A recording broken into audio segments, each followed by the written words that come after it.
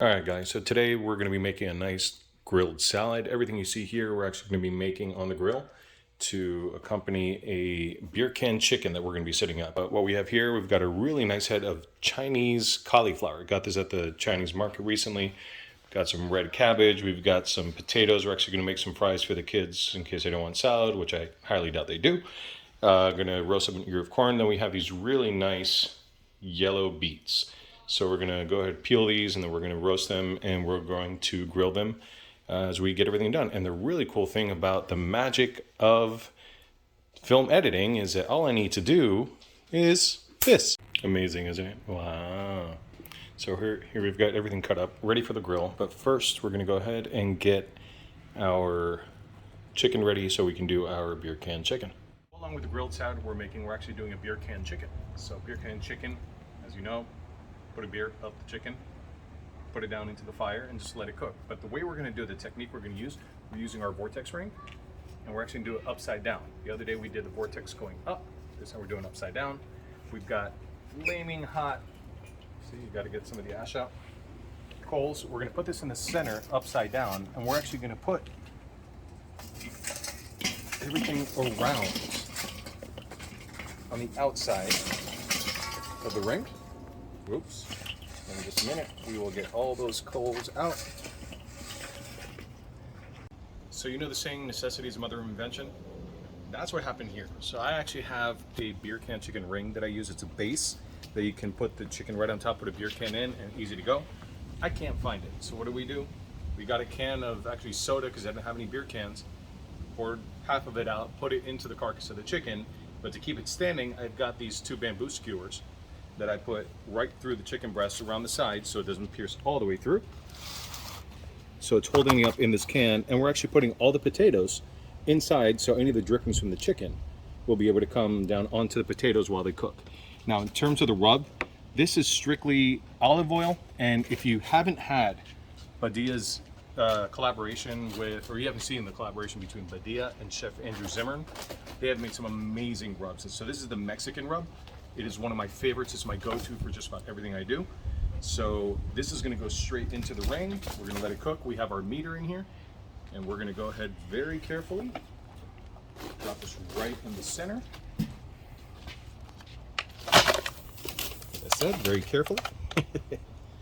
We adjust this just to make sure it stays standing up. So we've got our chicken standing right here. And just to give it a little bit more heat, I'm going to be throwing in some lump charcoal, which will bring the temperature up significantly. And what that's going to do by bringing the temperature really high, we're actually going to be able to cook the skin of the chicken a lot faster and make it crispy, as opposed to real low and slow, it would cause rubbery chicken skin. So this is probably going to take at least 45 minutes. And once we're done, we're going to cover it up with the grill, with the grates. And we're going to start cooking our vegetables and prepare our chicken salad.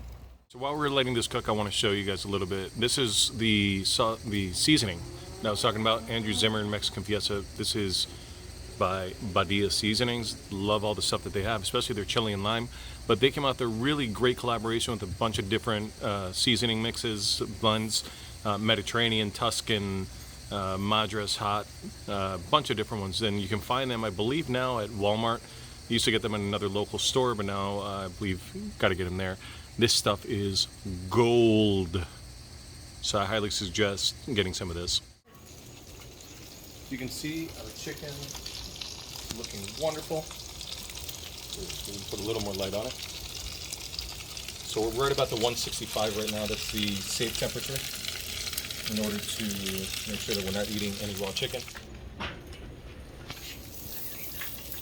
Alright, the chicken still fully cooked through all the way around. Still very juicy. Skin is nice and crisp.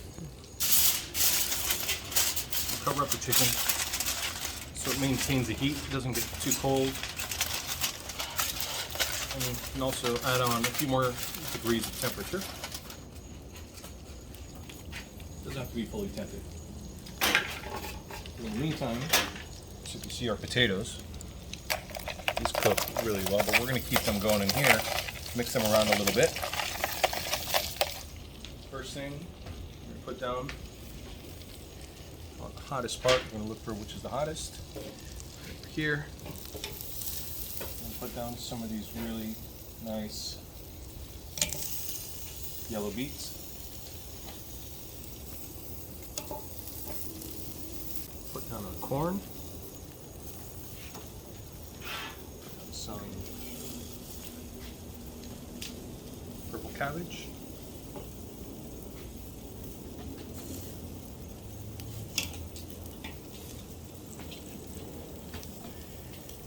Take some of this Chinese cauliflower.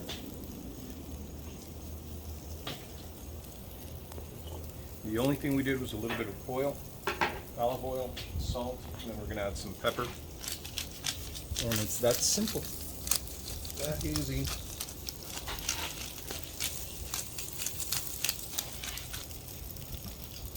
Now we let this cook. All right, so we've got the vegetables going. They're cooking through really well. The last thing that we just put down was the lettuce.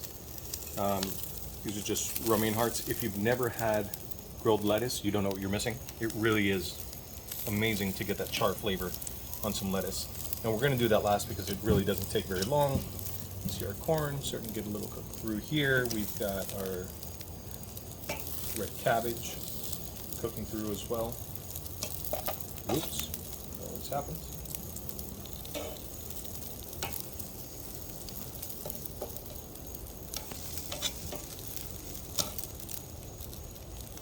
And our lettuce doesn't take long to do, so we just flip this over, get a nice simple char real quick. We don't want to get too burnt. Now we're going to put the rest of our lettuce on. Then we're going to go inside. We're going to take the chicken, cut it down. You've got grilled salad with beer can chicken. Yummy. Platter. This is really a build your own chicken salad, however you want to eat it. Now the kids, some of them will have some salad. Others, we've got these potatoes. They actually cooked through really nice, just underneath the chicken, so it came out real flavorful. Took the chicken. Sorry, I actually didn't film breaking it down because I'm not the world's greatest butcher. So we've got white meat, dark meat, and then we've got our corn here that we took off the cob. We've got the Chinese cauliflower. We've got the red cabbage. We've got our beets, and we've got our lettuce. And here we just make our own salads, and this is our dinner for tonight, nice and healthy. Very straightforward. Bon appetit.